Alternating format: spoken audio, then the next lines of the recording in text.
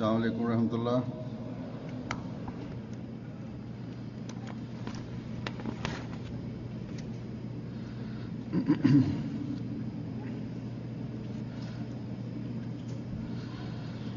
अशहदु अल्ला इलाहा इल्लल्लाह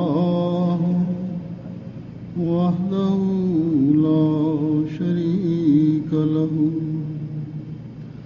वअशहदु अन्ना मुहम्मदन अब्दुहु व रसूलुहु अम्मा बअदु फ़अऊज़ु बिल्लाहि मिनश शैतानिर रजीम।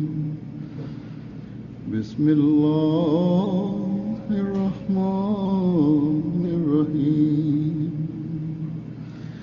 अल्हम्दुलिल्लाहि रब्बिल आलमीन अर्रहमानिर रहीम मालिकि यौमिद्दीन इय्याका नअबुदु व इय्याका नस्तईन इहदिनस सिरातल मुस्तकीम सिरातल लज़ीना अनअमता अलैहिम गैरिल मग़दूबि अलैहिम वलद्दाल्लीन।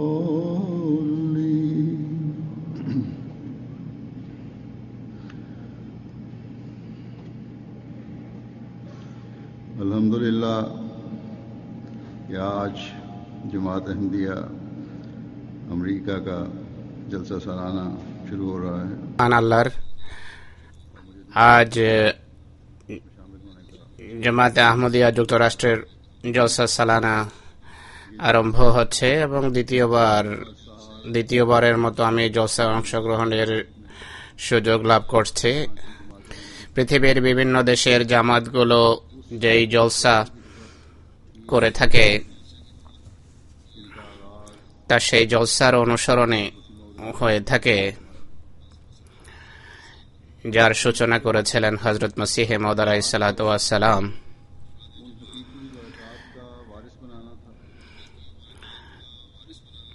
যার উদ্দেশ্য ছিল জামাতের সভ্য এবং সদস্যদের সেই প্রকৃত কল্যাণের উত্তরাধিকারী করা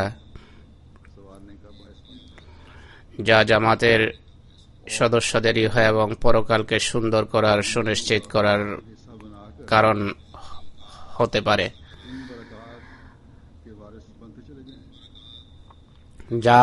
যাকে জীবনে স্থায়ীভাবে অবলম্বন করে তারা এই সমস্ত কল্যাণ রাজির উত্তরাধিকারী হবে বা হতে পারে। আর এটি প্রকৃত তাকওয়া বা খোদাভীতির পন্থা অবলম্বনের মাধ্যমে লাভ হওয়া সম্ভব।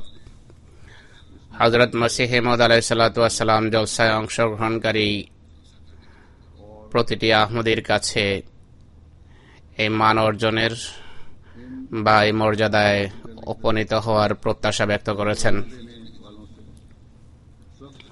আর যারা এই মান অর্জনে মনোযোগী নয় তাদের প্রতি তিনি চরম অসন্তোষ ব্যক্ত করেছেন।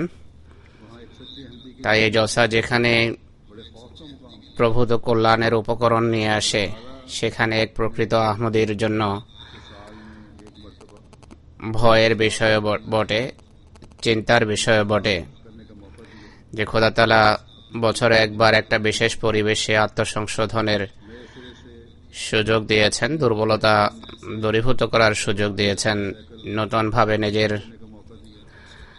ঈমান, বিশ্বাস এবং আধ্যাত্মিকতায় উজ্জ্বল সৃষ্টির সুযোগ দিয়েছেন।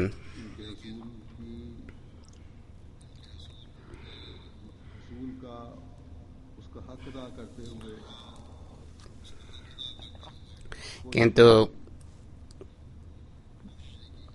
তা যেভাবে অর্জন করা উচিত সেভাবে অর্জনের চেষ্টা করা হয়নি।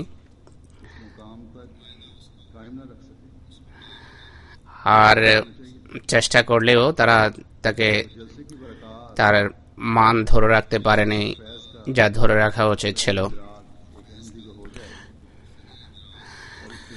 জলসার কল্যাণ রাজ এবং বরকতের সঠিক চেতনা যদি এক আহমদের হৃদয়ে সৃষ্টি হয় আর তা অর্জনের চেষ্টাও করে, আবার প্রত্যেক বছর জলসায় অংশগ্রহণের কল্যাণে লব্ধ এবং অর্জিত বরকতকে সে যদি জমা করতে থাকে, তাহলে প্রত্যেক আহমদের ভিতর পরিবর্তনের নতুন মাইল ফলক আমরা লক্ষ্য করব। আর পরিবর্তনের বা উন্নতির এই মাইল ফলকে আমাদেরকে সেই পর্যায়ে পৌঁছাবে যেখানে হযরত মসিহ মাউদ আমাদেরকে দেখতে চেয়েছেন। তাই হযরত মসিহ মাউদের সেই আন্তরিক ইচ্ছা এবং আকাঙ্ক্ষার উপর আমাদের দৃষ্টি থাকা চাই, যা জলসা অংশগ্রহণকারী সম্পর্কে তার হৃদয় এবং মানসপটে ছিল।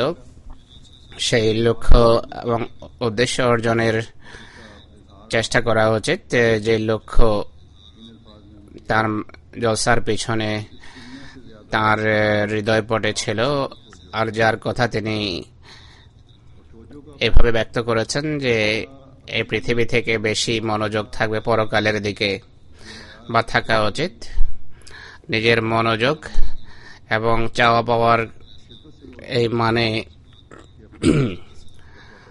উপনীত হওয়ার জন্য তিনি এই কথার উপর জোর দিয়েছেন যে নিজেদের মাঝে তাকওয়া সৃষ্টি করো, খোদাভীতি সৃষ্টি করো।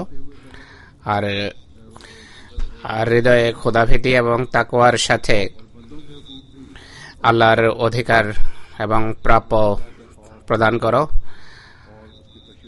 আর মানবাধিকারও খোদা তাআলার ভয় এবং তাকওয়ার নিরিখে প্রদান করা শিখো।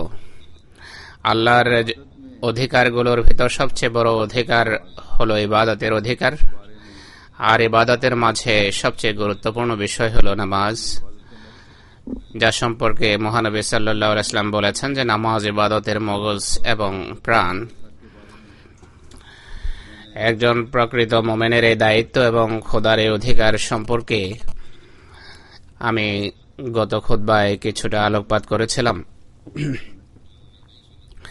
যারা সেই খুতবা শুনেনি তাদের তা শোনা উচিত, আর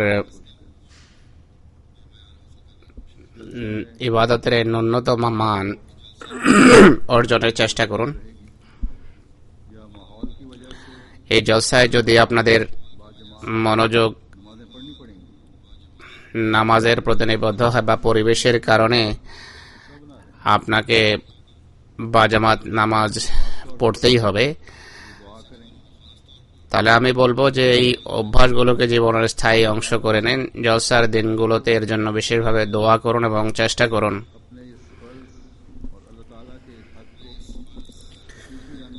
খোদা তাআলা সবাইকে তার এই অবশ্য কর্তব্য এবং খোদার এই অধিকার প্রকৃতপক্ষে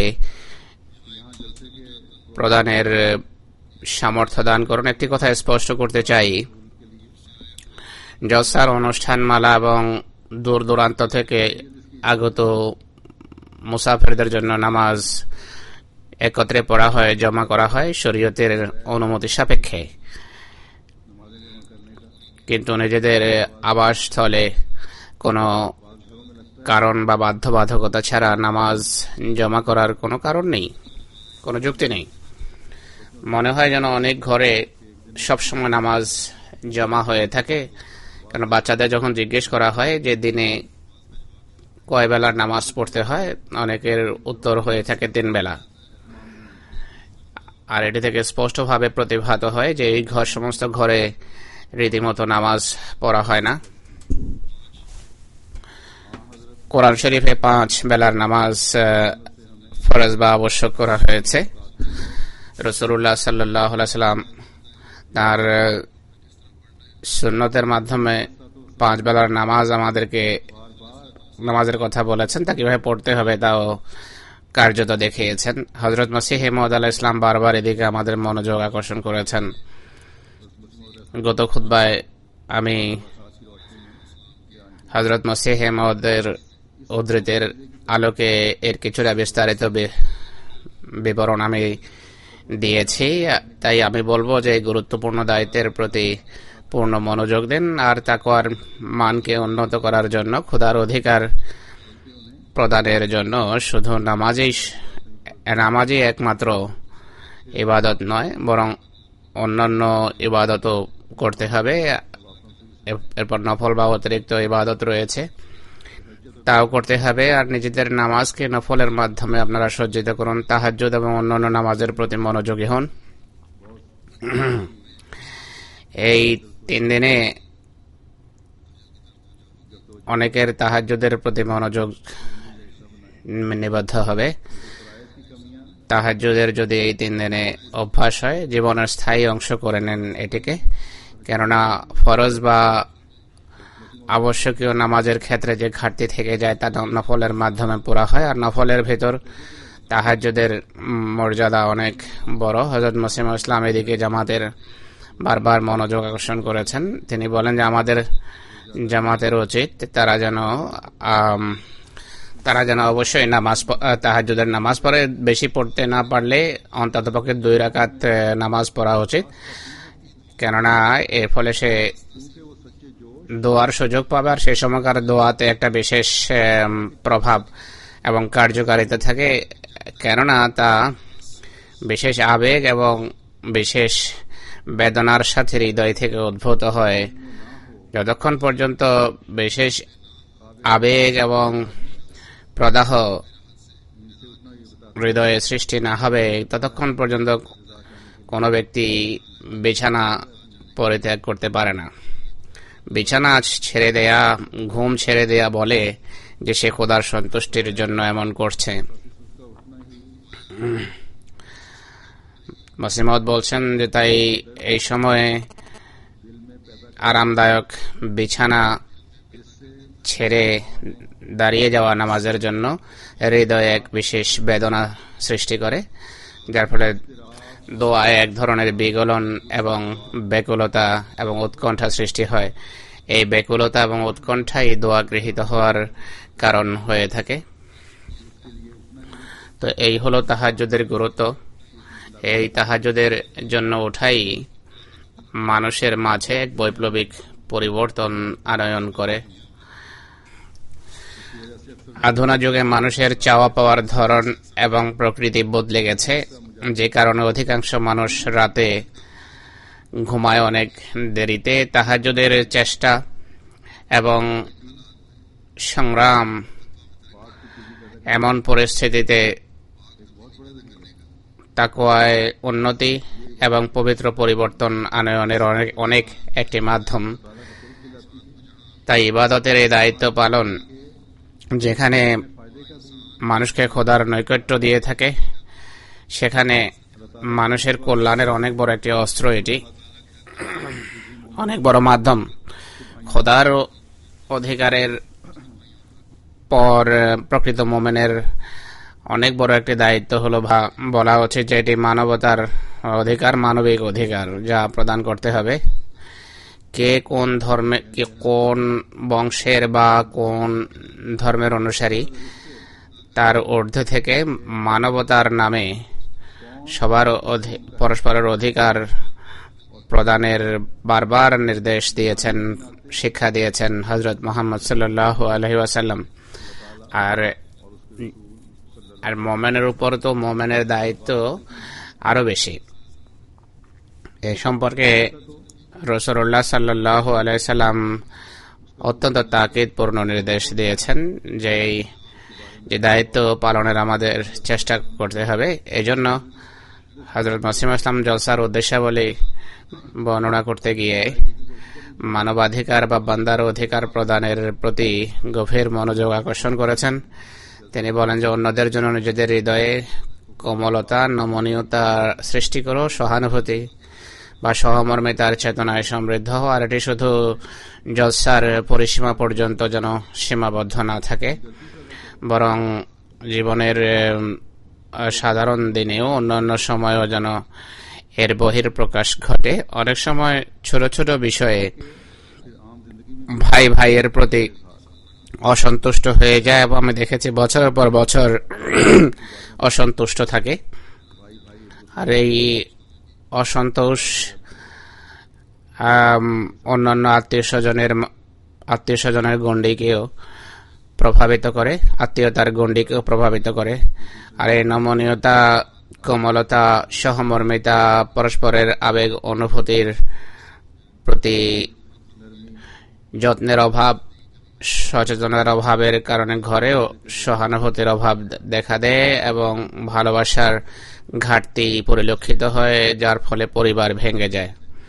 এমন একটি সময় ছিল যখন আমরা বলতাম যে পাশ্চাত্যের স্বাধীনতার নামে ঘরে অশান্তি বিরাজ করছে, পারিবারিক অখণ্ডতা বিঘ্নিত হচ্ছে, তালাকের হার এখানে অনেক বেড়ে গেছে, স্বামী স্ত্রী পরস্পরের আবেগ অনুভূতির প্রতি শ্রদ্ধাশীল নয়, নমনীয়তা, কোমলতা এবং ভালোবাসার সাথে একটা স্তরের পর আর পরস্পরের সাথে কথা বলে না। বিয়ের প্রাথমিক পর্যায়ে যেই ভালোবাসা থেকে থাকে তা শেষের দিকে শত্রুতায় পর্যবসিত হয়। এর কারণ হলো এই পরিবেশের প্রভাবে পরস্পরের প্রতি বিশ্বাসের ক্ষেত্রে ঘাটতি দেখা দেয়, বিশ্বাস থাকে না। আর এর চূড়ান্ত রূপ হলো ঘরের অখণ্ডতা হারিয়ে যাওয়া, ঘর ভেঙে যাওয়া। আর আমাদের জন্য এটি সত্যি চিন্তার বিষয়। আহমদি ঘর ভাঙছে, ব্যাকুলতা বাড়ছে, উৎকণ্ঠা বাড়ছে, ঘর ভাঙছে। এখান থেকে কাজার রিপোর্ট আসে বা ইসলাহি কমিটির রিপোর্ট আসে, বিভিন্ন স্থানে তালাক এবং খোলার হার আশঙ্কাজনকভাবে বেড়ে যাচ্ছে। তাই আহমদিকে কোমলতা এবং নমনীয়তার প্রতিটি দিক ও আঙ্গিককে পরিবেষ্টন করতে হবে, এর জন্য চেষ্টা করতে হবে। নিজের মনকে বড় করতে হবে, ধৈর্য ধারণ করতে হবে, তাহলেই প্রকৃত আহমদি আমরা আখ্যায়িত হতে পারি। তাই এই জলসায় এই দিকটিও দৃষ্টিতে রাখুন, আর এক্ষেত্রে উন্নত মানে উপনীত হওয়ার চেষ্টা করুন এবং এর উপর প্রতিষ্ঠিত থাকার অঙ্গীকারও করুন। আমাদের স্মরণ রাখতে হবে যে আমাদেরকে হযরত মসিহ মওউদের হাতে, আমরা হযরত মসিহ মওউদের হাতে কামেল আনুগত্যের অঙ্গীকার করেছি। পবিত্র পরিবর্তন আনয়ন এবং তাকওয়ার উপর প্রতিষ্ঠিত থাকার অঙ্গীকার নবায়ন করেছি।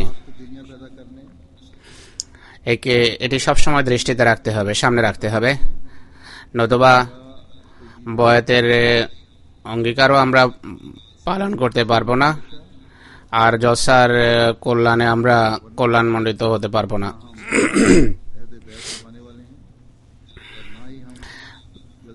বিভিন্ন দেশে যখন জলসা হয় আপনারা ভক্তিমূলক নজম এবং গান পড়েন, এমটিএতেও তা দেখানোর কারণে তাতে এর সৌন্দর্য বর্ধনের চেষ্টা করা হয়। অনেক অনেক উচ্চস্বরে এই গান গাওয়া হয় যে বরকতের দিন এসে গেছে। এই বরকতের দিনকে যদি কাজে লাগাতে হয় তাকওয়ার প্রয়োজন, আল্লাহ এবং রসুলের কামেল আনুগত্যের প্রয়োজন, রসুলের শিক্ষার কামেল আনুগত্যের প্রয়োজন, হযরত মসিহ মওউদের সাথে কৃত বয়াতের অঙ্গীকার পালনের প্রয়োজন আছে। অন্যথায় দিন কল্যাণের হলেও আমরা কল্যাণমণ্ডিত হতে পারবো না। হযরত মসিহ মওউদ আলাইহিস সালাতু ওয়াস সালাম বলেছেন যে তোমরা কোন জাগতিক মেলায় আসনি,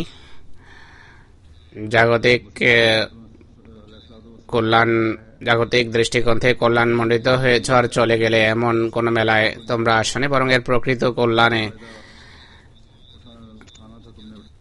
ভূষিত হওয়ার চেষ্টা করো। আর এই লক্ষ্যে হযরত মসিহ ইসলাম আমাদের কাছে কি প্রত্যাশা ব্যক্ত করেছেন, এর জন্য হযরত মসিহ মওউদের কিছু উদ্ধৃতি আমি আপনাদের সামনে উপস্থাপন করব। হযরত মসিহ মওউদের প্রতিটি কথা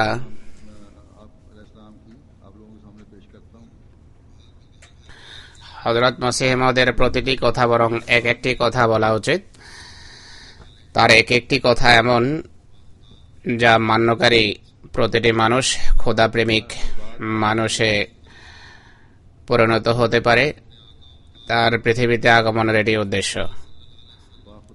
তার প্রভু তার নেতা মুহাম্মদ সাল্লাল্লাহু আলাইহি ওয়াসাল্লামের পদাঙ্ক অনুসরণে মানুষকে পুনরায় খোদা প্রেমিক মানুষে পরিণত করাই ছিল তার আগমনের উদ্দেশ্য। তাই সর্বপ্রথম তিনি আলাইহিসসালাতু ওয়াসসালামের ভাষায় আমি তার মর্যাদা, এর গুরুত্ব এবং তার আনুগত্য সম্পর্কে আমি কিছু বলবো। তিনি বলেন যে আমার হাতে যে তোমরা বয়াত করেছো আর আমাকে প্রতিশ্রুত মসিহ ন্যায় বিচারক ও হাকাম আদাল হিসাবে মেনেছ, এই বয়াতের পর আমার কোনো কথা বা আমার কর্ম সম্পর্কে হৃদয়ে যদি প্রশ্ন জাগে বা পঙ্কিলতা দেখা দেয়, তাহলে ইমান সম্পর্কে চিন্তা করো যে ইমান এমন পঙ্কিলতা এবং কলুষতায় পরিপূর্ণ, তা কোনো সুফল বয়ে আনবে না। কিন্তু যদি তোমরা সত্যিই মেনে থাকো যে মসিহ মওউদ প্রকৃত অর্থে হাকাম বা ন্যায় বিচারক, তাহলে তার নির্দেশ এবং তার কথা এবং কর্মের সামনে আত্মসমর্পণ করো এবং তার সিদ্ধান্তকে সম্মানের দৃষ্টিতে দেখো, যেন মহানবী সাল্লাল্লাহু আলাইহি সাল্লামের পবিত্র উক্তি এবং বাণীকে সম্মান প্রদর্শনকারী গণ্য হতে পারো। হযরত মুহাম্মদ সাল্লাল্লাহু আলাইহি ওয়াসাল্লামের এই সাক্ষ্যই যথেষ্ট যে তিনি তোমাদের ইমাম হবেন, তিনি হাকাম এবং আদাল অর্থাৎ ন্যায় বিচারক হবেন, তিনি বিচারকের আসনে বসবেন। তাই তিনি আলাইহিস সালামের সিদ্ধান্তকে সম্মানকারী তখনই আমরা আখ্যায়িত হতে পারি যদি তার প্রতিটি কথা আমরা মেনে চলার পূর্ণ চেষ্টা করি। তিনি বলেন যে তার কথা এবং সিদ্ধান্তকে সম্মানের দৃষ্টিতে যারা দেখে এবং মেনে চলে, তারা শুধু তার কথাকেই বা তার সিদ্ধান্তকেই সম্মান করে না, বরং সে রাসূলুল্লাহ সাল্লাল্লাহু আলাইহি ওয়াসাল্লামের কথা এবং সিদ্ধান্তকে সম্মানের দৃষ্টিতে দেখে। তাই আমাদের পরম সৌভাগ্য যে আমরা সেই ইমামকে মেনেছি, যিনি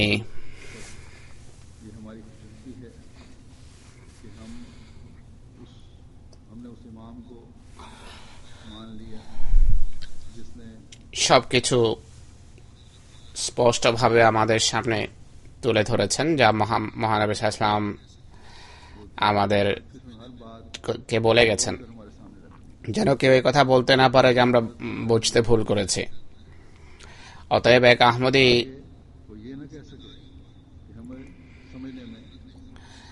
যদি বয়াত করে থাকে, তাহলে তার নিজ দায়িত্বের ব্যাপারে সবসময় তাকে সচেতন থাকতে হবে।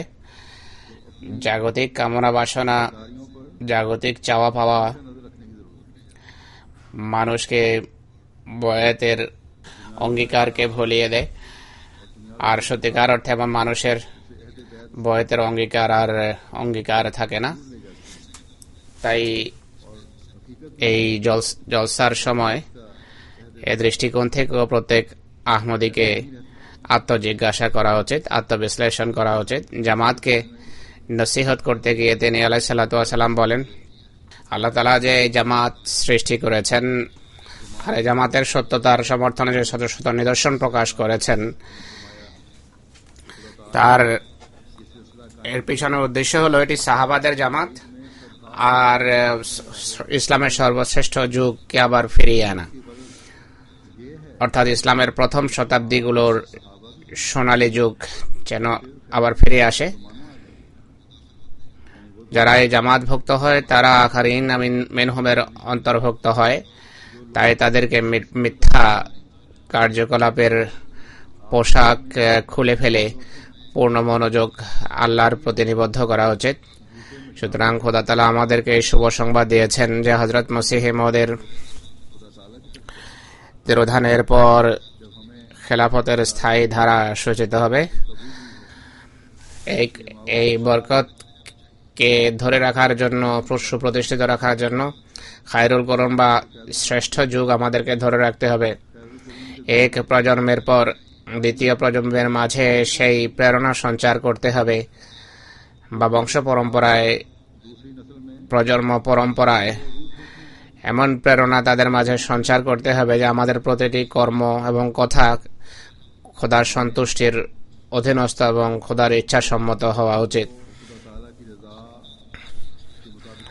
যদি এটি না হয় তাহলে সেই উত্তম যুগের আমরা প্রত্যাশা রাখতে পারি না, যার কথা হযরত মসিহ মাউদ উল্লেখ করেছেন, বরং আমরা তমসাচ্ছন্ন যুগে হারিয়ে যাব। তাই এই উদ্দেশ্যে নিজেদের প্রচেষ্টাকে বেগবান করতে হবে। তিনি আরো বলেন, যেখানে আমার মান্যকারীদের মাঝে খোদার স্মরণের বিশেষ বৈশিষ্ট্য পরিলক্ষিত হবে, সেখানে পারস্পরিক সৌহার্দ্য এবং সম্প্রীতির ক্ষেত্রেও তারা অনুকরণীয় আদর্শ হবে। এটি তিনি তার অনুসারীদের কাছে প্রত্যাশা রেখেছেন। যদি এই বৈশিষ্ট্য সৃষ্টি হয়, কেবল তবেই আমরা সেই জামাত গণ্য হতে পারি যারা আখারিনদের জামাত। আর এই কথার গণ্ডিকে তিনি আরো প্রসারিত করতে গিয়ে মানবাধিকার প্রদানের প্রতি দৃষ্টি আকর্ষণ করেছেন। আর যেভাবে তিনি মনোযোগ আকর্ষণ করেছেন, সেভাবে যদি আমাদের প্রত্যেকে অধিকার প্রদান আরম্ভ করে, তাহলে আমরা কয়েক বছরের মাঝে একটা বিপ্লব আনতে পারি। তিনি বলেন, মানব জাতির প্রতি সহানুভূতি প্রদর্শনের ক্ষেত্রে আমার অবস্থান হলো, যতদিন পর্যন্ত শত্রুর জন্য দোয়া না করা হয়, বক্ষ পুরোপুরি স্বচ্ছ এবং পরিষ্কার হয় না, মন পরিষ্কার হয় না।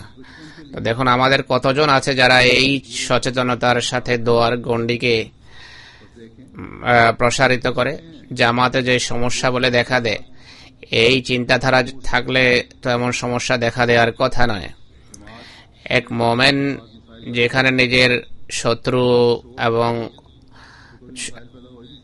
বিরোধী এবং যারা মোমেন তাদের জন্য যদি দোয়া করে থাকে, তাহলে স্বজনদের জন্য তো এই দোয়ার গণ্ডি অনেক ব্যাপক হওয়া উচিত। আর এমন দোয়া যদি কেউ করে থাকে, তাহলে খোদার স্নেহ দৃষ্টি এমন লোকদের উপর পড়ে যারা অন্যের আবেগ অনুভূতির প্রতি শ্রদ্ধাশীল। আর যার উপর খোদার স্নেহ দৃষ্টি পড়বে, তার ইহ এবং পরকাল উভয়টি সুনিশ্চিত এবং সুন্দর হয়ে যায়।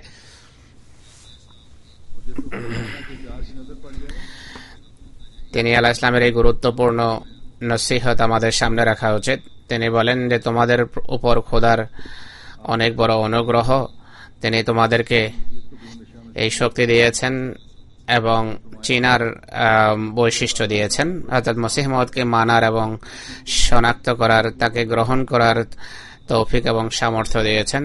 মসিহ মাউদ বলছেন যে যদি খোদা এই কৃপা না করতেন, তাহলে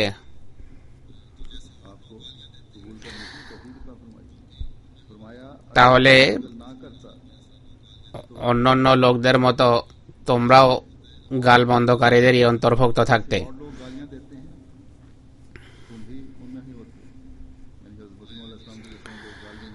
তিনি বলেন, তোমাদেরকে একমাত্র খোদা তাআলার ফজল এবং কৃপাই আকর্ষণ করেছে। এ কথা ভেবো না যে আমরা মুসলমান। ইসলাম অনেক বড় একটি নিয়ামত, এটিকে মূল্যায়ন করো।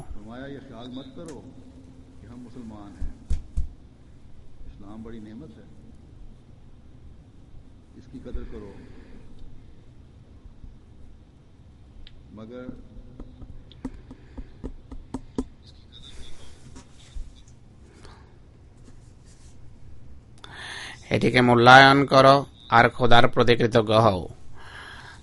তাই নামে মাত্র মুসলমান হওয়া এবং নাম সর্বস্ব আহমদী হওয়া কোনো অর্থই রাখে না। খোদার যে কৃপা হয়েছে ইসলাম এবং আহমদিয়ত গ্রহণের আদলে, সেটিকে মূল্যায়ন করতে হবে, সেটিকে গুরুত্ব দিতে হবে। আর মূল্যায়ন করা কিভাবে সম্ভব? তিনি বলেন যে ইসলামের এর মাঝে যে দর্শন আছে, তা শুধু মুখে দাবি করলেই চলবে না। ইসলাম বলা হয় খোদার যত শিক্ষা আছে, নির্দেশ আছে, তা শিরোধার্য করাকে। আর এর সার কথা হলো খোদার পূর্ণ এবং প্রকৃত আর কামেল আনুগত্য করা। মুসলমান সে যে নিজের পুরো সত্তা আল্লাহর সামনে সমর্পণ করে। এক মোমেন যখন এই পর্যায়ে পৌঁছে বা উপনীত হয় তখন কি হয়, তিনি কোরআনের আয়াত উপস্থাপন করেন, বালা মান আসলামা ওয়াজহাহু লিল্লাহি ওয়া হুয়া মুহসিনুন ফালাহু আজরুহু ইনদা রাব্বিহি ওয়া লা খাউফুন আলাইহিম ওয়া লা হুম ইয়াহজানুন। কেন নয়, যে নিজের পুরো সত্তা আল্লাহর সামনে সমর্পণ করে এবং সে যদি সৎকর্মশীল হয় তাহলে তার প্রতিদান তার প্রভুর কাছে সুরক্ষিত আছে। এমন লোকদের জন্য কোনো ভয় নেই এবং তারা দুঃখিত হবে না।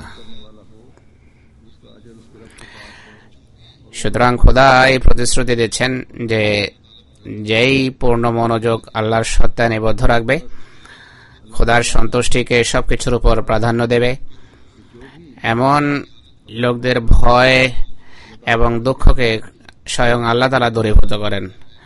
এখানে ইহসান করার অর্থ হলো অন্যের প্রতি সদ্ব্যবহার করা, এমন ব্যবহার যার পিছনে কোনো স্বার্থ নিহিত নেই। আর এর আরেকটি অর্থ হলো জ্ঞান এবং কর্মের ভিত্তিতে নেক কর্মের দিকে মনোযোগী থাকো। প্রতিটি তোমার জ্ঞান নেক কাজের উদ্দেশ্যে যেন নিবেদিত থাকে, আর কোনোভাবে তোমার কর্মে যেন পাপ অনুপ্রবেশ করতে না পারে। এটি প্রকৃতপক্ষে এই অবস্থা যদি হয় তাহলে বলা যাবে যে মনোযোগ খোদা তাআলার প্রতি নিবদ্ধ আছে। আর এই মানে উপনীত হওয়ার জন্য চেষ্টা করা উচিত প্রত্যেক আহমদীকে। হযরত মসিহ মউউদ আলাইহিস সালাম বলছেন যে এটি আমাদেরকে প্রকৃত মুসলমান বানায়। তাই বয়াত করার পর আমাদেরকে বা বয়াতকেই আমাদের সবকিছু মনে করা উচিত নয়, এই কথা মনে করা উচিত নয় যে আমরা আহমদী হয়ে গেছি, বরং নিজের মান উন্নত করার চেষ্টা অব্যাহত রাখা উচিত।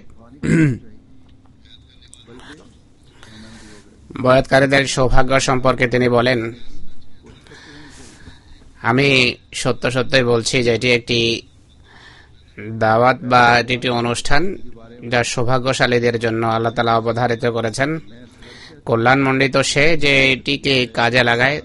তোমরা যারা আমার সাথে সম্পর্ক স্থাপন করেছ, মোটেই এই কারণে অহংকার করো না যে যা পাওয়ার ছিল পেয়ে গেছ।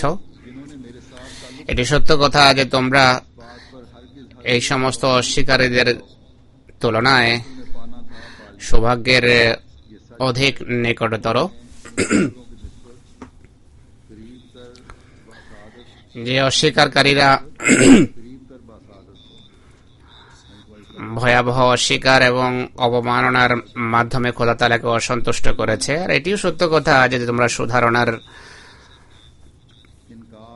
ভিত্তিতে নিজেদের আল্লাহর ক্রোধ থেকে রক্ষা করার ব্যবস্থা নিয়েছ।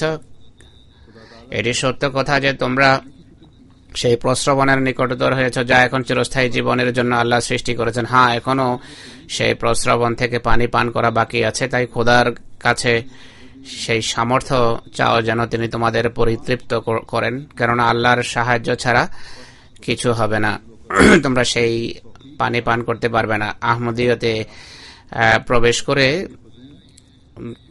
তা থেকে লাভবান হতে পারবে না। তিনি বলেন যে আমি নিশ্চিত জানি যেই এই প্রস্রবণ থেকে পান করবে সে ধ্বংস হবে না, কেননা এই পানি প্রাণ সঞ্চারী পানি এবং এটি ধ্বংস থেকে রক্ষা করে এবং শয়তানের আক্রমণ থেকে সুরক্ষিত রাখে। এই প্রস্রবণ থেকে পরিতৃপ্ত হওয়ার অর্থ কি? এর অর্থ হলো আল্লাহ যে দুটো অধিকার বা দুটো দায়িত্ব তোমার উপর ন্যস্ত করেছেন তা পুরোপুরি পালন করা। একটি হলো খোদার অধিকার, অন্যটি হলো সৃষ্টির। তো এটি হলো সেই মর্যাদা, সেই অবস্থা যা আমাদের প্রত্যেককে অবলম্বনের চেষ্টা করা উচিত। আমাদের উপর হযরত মসিহ মউউদের এটিও অনেক বড় একটি অনুগ্রহ যে এই যে অধিকার প্রদানের উন্নত মানে অধিষ্ঠিত হওয়ার জন্য জলসার মতো এক অনুষ্ঠানের তিনি সূচনা করেছেন, যেখানে আমরা ভালো কথা শুনে পরস্পরের নেক প্রভাব গ্রহণ করে সেই মান অর্জনের প্রতি আমরা মনোযোগী হই, যা তিনি আমাদের মাঝে দেখতে চেয়েছেন। আরেকটি গুরুত্বপূর্ণ কথার প্রতি তিনি মনোযোগ আকর্ষণ করেছেন, প্রত্যেক আহমদীর এদিকে অনেক বেশি দৃষ্টি দেয়া দরকার। তা হল নিজেদের জ্ঞানগত মানকে উন্নত করা। আজকের সমাজে জাগতিক জ্ঞানের প্রতি মনোযোগ অনেক বেশি, ধর্ম শিক্ষার প্রতি মনোযোগ অনেক কম। তিনি বলেন যে প্রকৃত পরিবর্তন তাকওয়া এবং পবিত্রতা অর্জনের জন্য নিজের ধর্মীয় জ্ঞান বৃদ্ধি করা প্রয়োজন। আর এই ধর্মীয় জ্ঞান আজ কেবল হযরত মসিহ মওউদের মাধ্যমে লাভ হতে পারে। তিনি তার রচনার অশেষ ভান্ডার রেখে গেছেন, যা জ্ঞান এবং প্রজ্ঞার মণিমুক্তায় সমৃদ্ধ। এগুলো অর্জনের জন্য চেষ্টা করা উচিত। যে সমস্ত বইয়ের ইংরেজিতে অনুবাদ হয়েছে, যারা উর্দু জানে না তাদের ইংরেজিতে পড়ার চেষ্টা করা উচিত। কিছু উদ্ধৃতি অনুদিত হয়েছে এবং ছেপেছে, সেই তার প্রতি মনোযোগী হন। 4-5 খণ্ডে যারা উর্দু পড়তে জানে তাদের উর্দু পড়া উচিত। এই কথাগুলো আমাদের জ্ঞান এবং তত্ত্বে সমৃদ্ধ করার অনেক বড় একটি মাধ্যম হবে।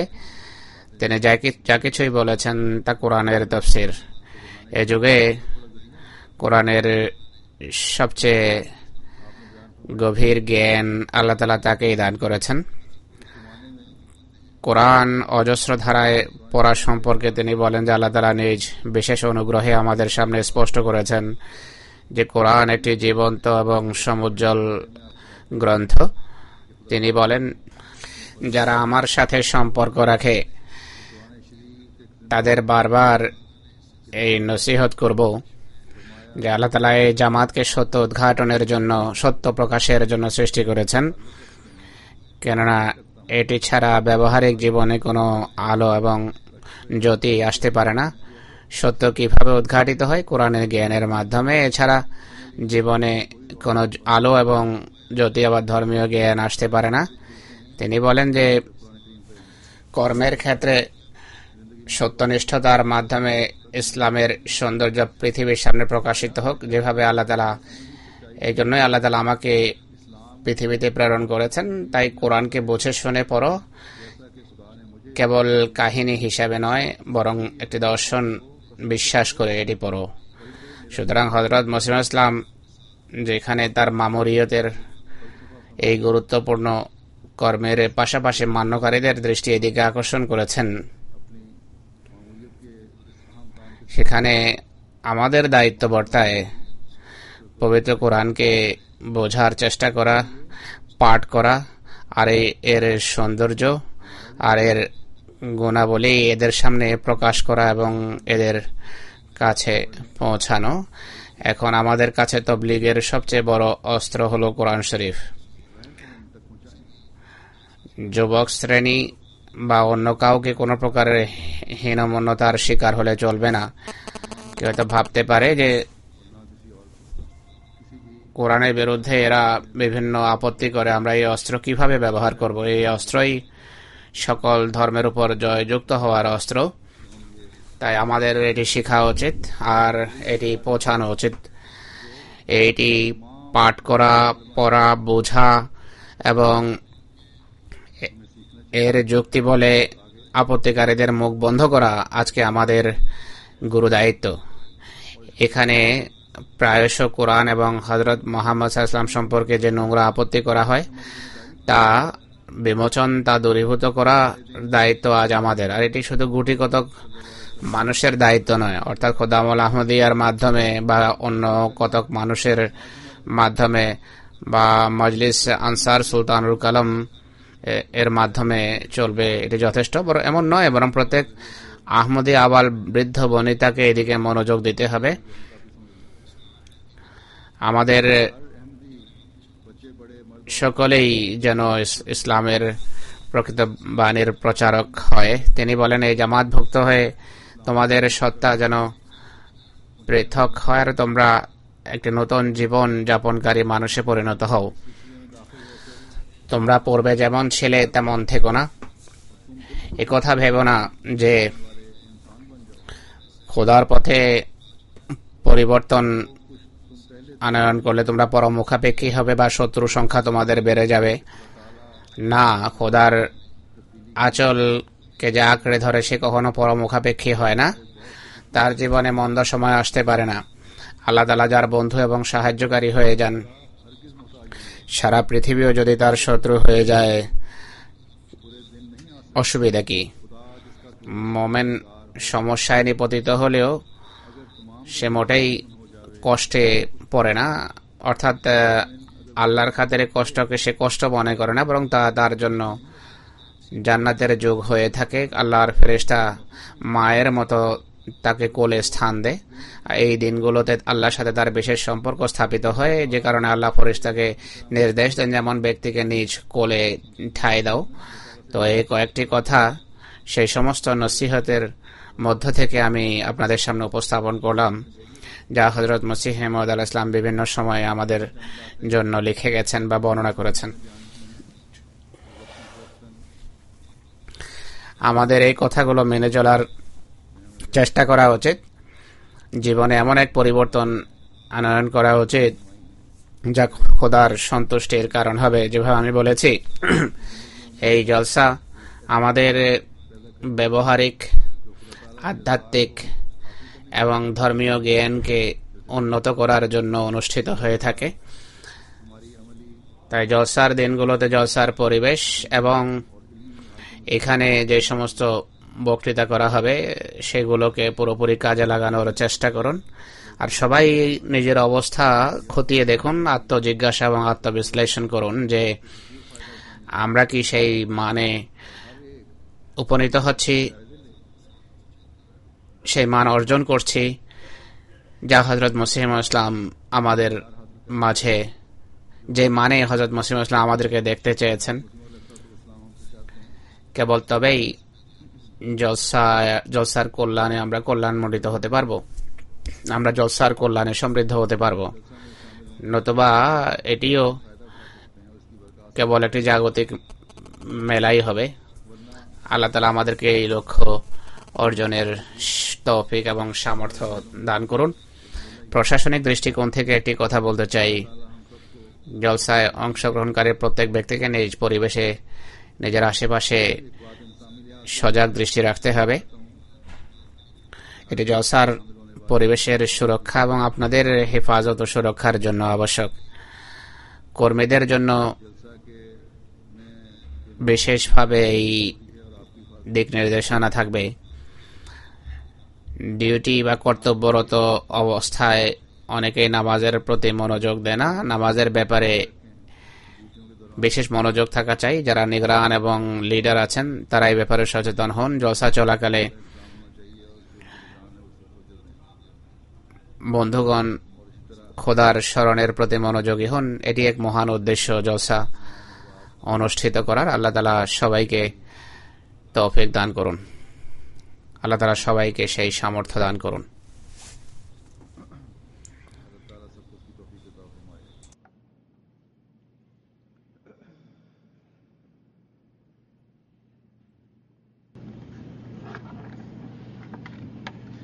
আলহামদুলিল্লাহ নাহমাদুহু ওয়া নাস্তাঈনুহু ওয়া নাস্তাগফিরুহু ওয়া নু'মিনু বিহি ওয়া নাতাওয়াক্কালু আলাইহি ওয়া নাউযু বিল্লাহি মিন শুরুরি আনফুসিনা ওয়া মিন সাইয়্যাতি আ'মালিনা। من يهده الله فلا مضل له ومن يضلله فلا هادي له ونشهد أن لا إله إلا الله ونشهد أن محمدا عبده ورسوله عباد الله رحمكم الله إن الله